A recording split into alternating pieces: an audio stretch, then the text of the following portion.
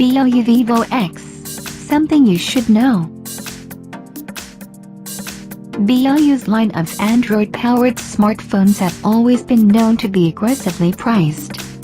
Most people would be left to think that they're simply cheap products, but thankfully there is noticeable attention to their designs and specs, so in that regard, they do offer a considerable amount of value.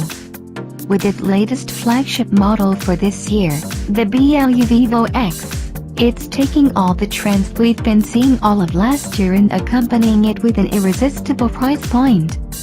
Honestly, our first impressions about the BLU VIVO X is that it suspiciously looks a lot like the OnePlus 5T, sporting that trendy all-screen, minimal bezel design that has taken off last year. Combined with a premium aluminum housing, we have to give it props for being a stunner. Sure, it's not as refined, evident by how there's a slight gaps around the glass panel on front, but the overall package is still nonetheless impressive, more so when it includes a headphone jack and fingerprint sensor. On the front of the phone, the main draw here is the 6-inch 720x1440 display with Corning's Gorilla Glass 3.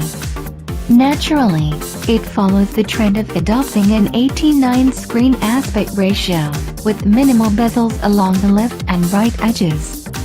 While the resolution is just a smidgen lower than other comparable phones in its class, it's still detailed enough to make out small text.